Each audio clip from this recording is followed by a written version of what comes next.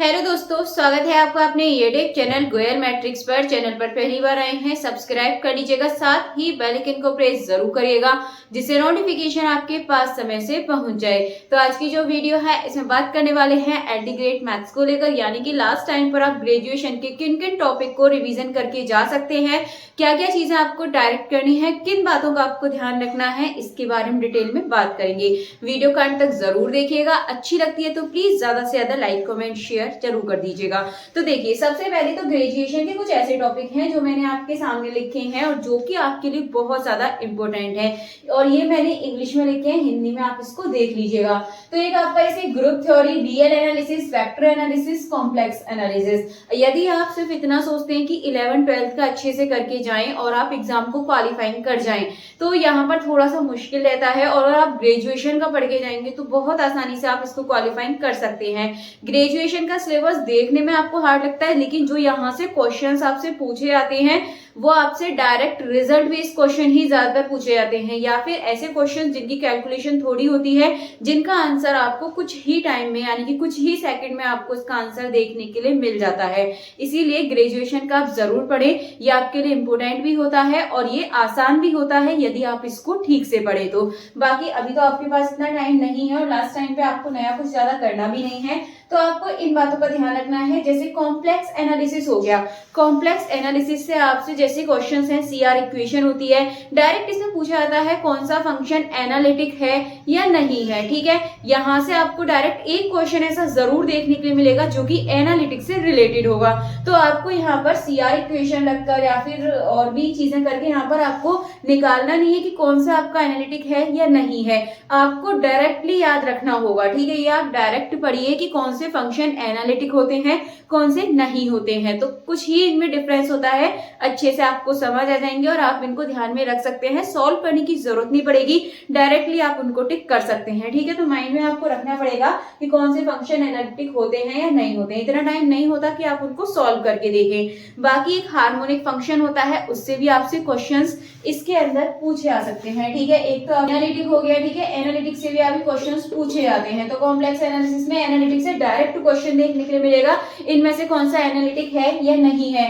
एक आप CR equation याद कर लीजिएगा। ठीक है, जो सीआर इक्वेशन होती है वो आपको याद होनी चाहिए, और जो पोलर फॉर्म होती है इसकी वो आपको याद होनी चाहिए, और आपको पता होना चाहिए कौन कौन से फंक्शन एनालिटिक होते हैं, और सीआर इक्वेशन, पोलर फॉर्म, ये आपको डायरेक्टली याद होनी चाहिए। देन इसके बाद फिर आपका हार्मोनिक फंक्शन, हार्मोनिक फंक्शन की जो आपके यहाँ पर शर्तें होती हैं वो आपको याद होनी चाहिए। देन इसके साथ साथ कॉम्प्लेक्स एनालिसिस में एक रेजिड्यू, ये बात आपका पूछा जाता है, और इसी में आपका इंटीग्रल पार्ट आ जाता है। ठीक है, इंटीग्रल का पार्ट आपको देखने के लिए मिलता है इसमें। अगर आप कॉम्प्लेक्स एनालिसिस में ये चीजें भी करके जाते हैं, इतना आप पढ़ लेंगे।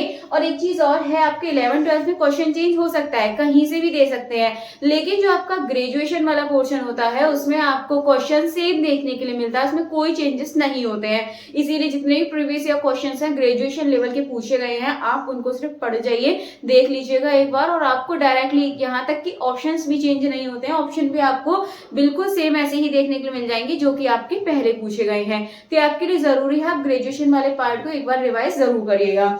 देन इससे अलावा वेक्टर एनालिसिस हो गया, इसमें भी आपसे छोटी छोटी चीजें पूछी जाती हैं, डायरेक्टली आपसे पूछ लिया जाता है कौन सा आपका वेक्टर स्पेस होगा या नहीं होगा, सब स्पेस बनाएगा नहीं बनाएगा, कौन सा सिंगुलर नॉन सिंगुलर। ठीक है, इस तरीके से वेक्टर स्पेस के अंदर लीनियर इंडिपेंडेंट और आपका लीनियर डिपेंडेंट, यहाँ से आपके छोटी छोटी चीजें होती है, यहाँ से आपके डायरेक्ट क्वेश्चन आपको देखने के लिए मिलेंगे, तो ये भी जरूरी है, इनको आप करें।